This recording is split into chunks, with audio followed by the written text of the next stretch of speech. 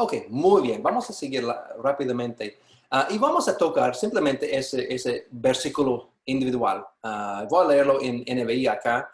Porque somos hechura de Dios, creados en Cristo Jesús para buenas obras, las cuales Dios dispuso de antemano a fin de que las pongamos en práctica. Eso es lo que queremos investigar. Después del curso anterior, hemos ya leído varias veces y tenemos una idea general de toda la carta que tiene que ver con las bendiciones que tenemos en Cristo, la unidad, y también cómo vivir como cristiano básicamente en capítulos 4, 17 y adelante. Ahora tenemos una idea básica de toda la carta, pero ¿cómo trabaja esa sección con todo lo que está dentro de nuestro estudio? Bueno, ¿qué hacemos? Primeramente, vamos a pasar por el primer paso. Las lecturas sucesivas van a ayudar a aclarar el contexto general, pero después, si empezamos a hacer una exégesis esmerada, vamos a ver varios puntos. Y quiero tocarlos rápidamente por falta de tiempo, pero vamos a ver el principio de ese versículo. Dice, ¿por qué? Y entonces ese debe forzarnos de regresar a los versículos anteriores. Bueno, en el contexto, él está hablando que somos salvos por la fe, por la gracia, mediante la fe, perdón.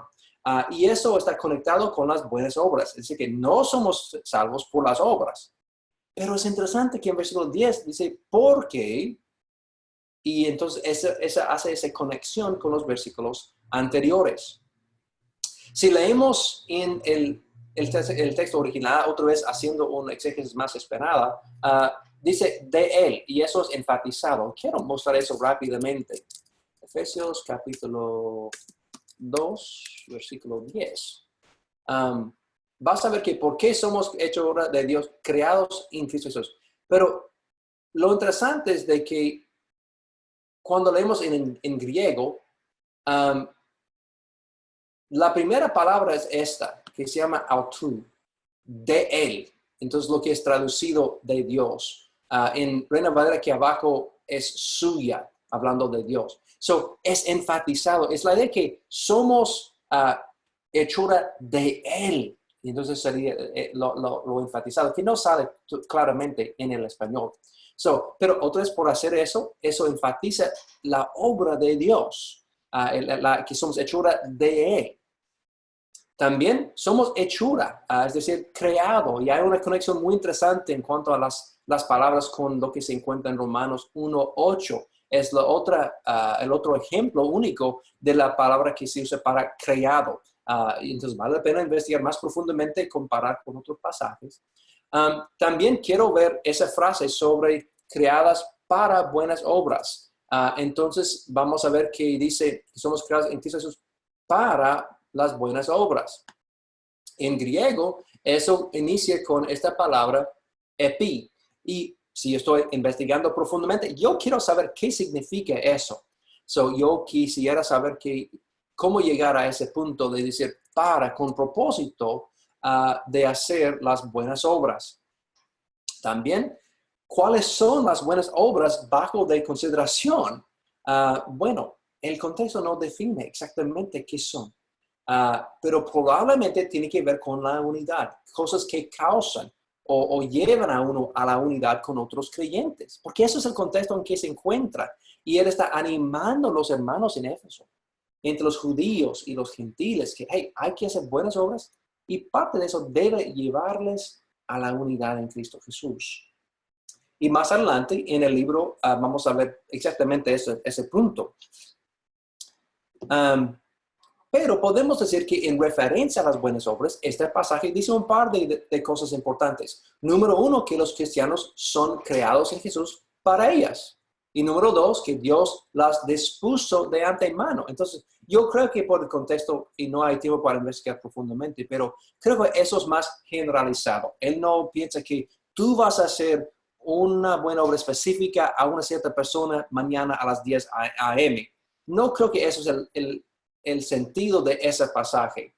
Obviamente Dios sabe todo, pero yo creo que Él está diciendo que hay una cierta vida regular de ser cristiano que incluye las buenas obras, y eso es lo que está dentro de la vista en este pasaje. Y tres, los cristianos deben ponerlas en práctica. Literalmente dice el texto griego que debemos andar en ellas. Eso es lo que el texto dice acerca de eso. Y noto yo, hay un contraste entre la salvación por la fe y lo que está con las obras, que somos salvos por la fe, pero debemos hacer las obras. Al final de cuentas, yo voy a llegar a un significado, como lo que está en la diapositiva. Los creyentes fueron recreados en Cristo con el propósito de hacer las buenas obras, como resultado directo de haber sido salvos por la gracia de Dios mediante la fe. Y así estoy incluyendo el contexto, pero también enfocándome en lo que dice el pasaje. Además, notan que estoy usando verbos del tiempo pasado, porque eso, en ese momento estamos hablando a ellos, lo que el significado fue para ellos. En ese paso, quiero mantener los verbos en tiempo pasado. Paso 2, con las cartas es bastante sencilla. Hay muy poco diferencia entre ellos y nosotros. En este caso, una cosa que debemos considerar es la relación entre los judíos y los gentiles. Yo creo que eso fue crucial en todo lo que estaba escribiendo Pablo en Efesios. Entonces, eso tal vez causa un poquito de distancia, pero realmente mucho que vamos a leer es muy parecido. Estamos bajo del mismo pacto. También el sentido del versículo parece bastante universal de hacer buenas obras y no hay algo cultural especial que nos separe. No hay nada individualmente en ese pasaje que lo hace muy difícil entender culturalmente hablando. ¿Ok? Ya hemos evaluado el paso 2. Ahora otra vez en paso 3 buscamos el principio teológico, elementos clave, etc. Entonces, el principio teológico. Yo voy a poner 5 porque hay varios principios teológicos en este pasaje. Creyentes son la hechura de Dios. Podemos investigar eso individualmente si queremos. Creyentes son criados en Jesucristo para buenas obras. Creyentes no son salvos por las obras, sino por Dios y su gracia. Y eso es otra vez en contraste con versículo 10. Eso realmente viene más con versículos 8 y 9. Número 4, Dios dispuso de antemano las buenas obras. Y en mi opinión, genéricamente, como mencioné antes. Y 5, los creyentes deben andar en las buenas obras como resultado normal de la salvación. Y yo puedo investigar todos los 5 para profundizar más cada uno y aplicar cada uno en nuestras vidas actuales. Pero debemos, por lo menos, voy a seleccionar nomás uno en el día de hoy. Entonces, resumiendo un principio teológico, Dios, por medio de Jesucristo, ha salvado y recreado a los creyentes para una vida marcada por buenas obras, las cuales pueden estimular la unidad. Y estoy tratando de incorporar todo lo que está dentro del contexto, el versículo. Y otra vez, note que estoy hablando en tiempo presente, porque ahora estamos viendo un principio que se puede aplicar más allá del contexto original. Y tratando de incorporar elementos del versículo directamente. ¿Ok? En cuanto a los elementos clave, los creyentes, otra vez, como siempre, y también las buenas obras son otros puntos importantes. Y tal vez hay otros que podemos incluir, pero por brevedad estoy simplemente mencionando estas cosas.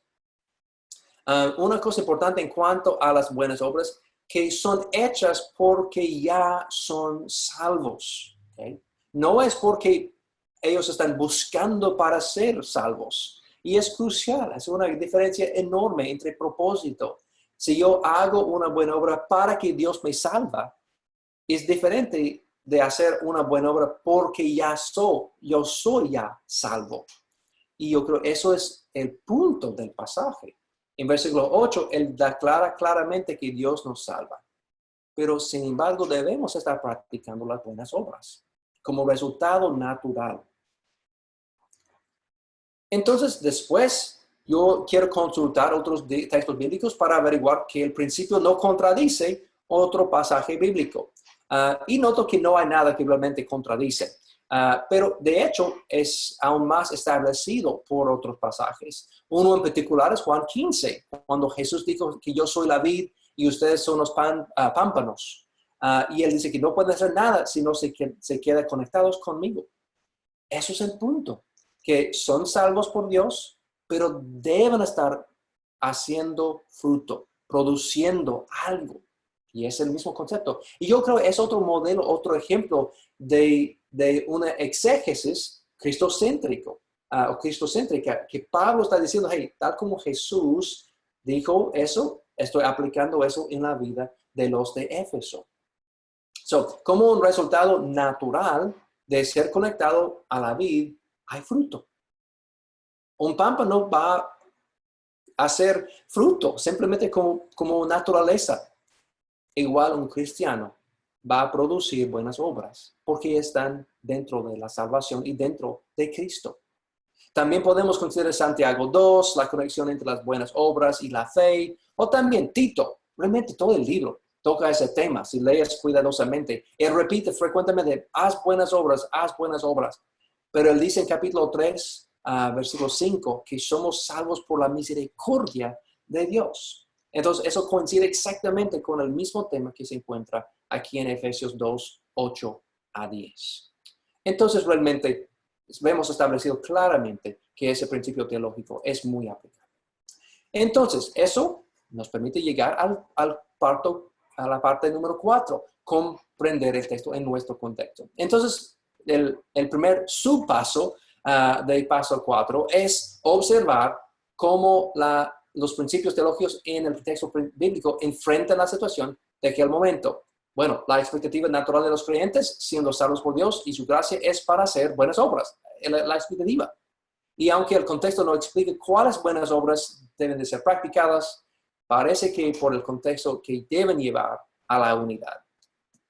Segundo punto es buscar una situación parecida en el contexto contemporáneo. ¿Okay? Cualquier cristiano debe practicar buenas obras en su vida como una respuesta natural de la dádiva grande de Dios que se encuentra en la salvación. Y también las buenas obras pueden contribuir específicamente a la unidad en nuestras congregaciones también.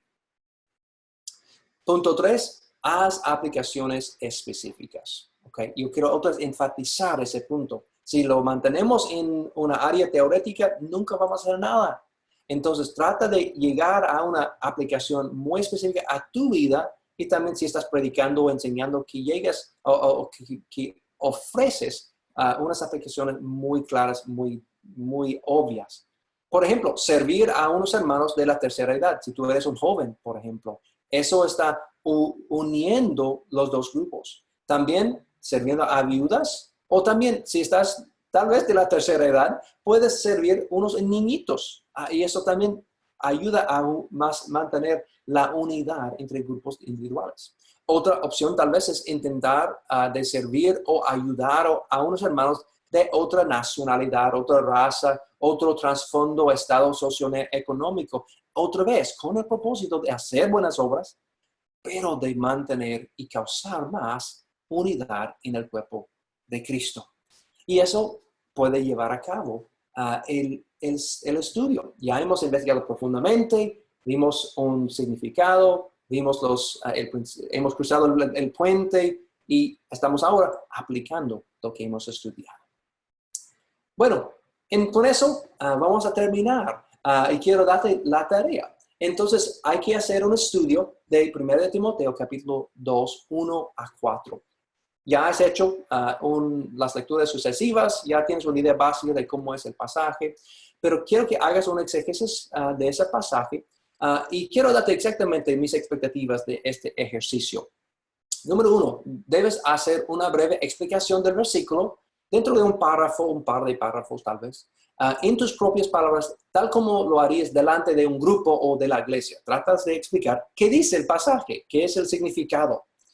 Basado en la exégesis, quiero ver el significado resumido usando las palabras en los verbos en voz de tiempo pasado, porque otra vez el significado fue para ellos.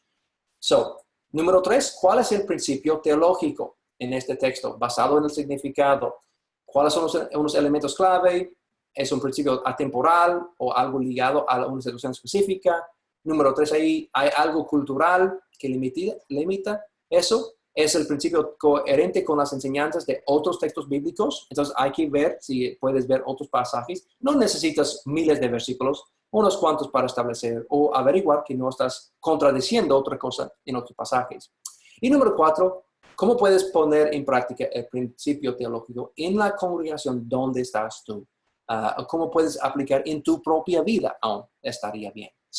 Eso es el ejercicio para la próxima clase. Entonces, yo quiero que ya empieces de hacer eso y practicar con ese método. Y otra vez, en estudios futuros vamos a evaluar otros géneros, pero por lo menos en el caso del género de las cartas del Nuevo Testamento, el proceso es bastante claro y directo. Entonces, puedes seguir adelante haciendo esta tarea y vamos a vernos en la próxima lección. Dios te bendiga.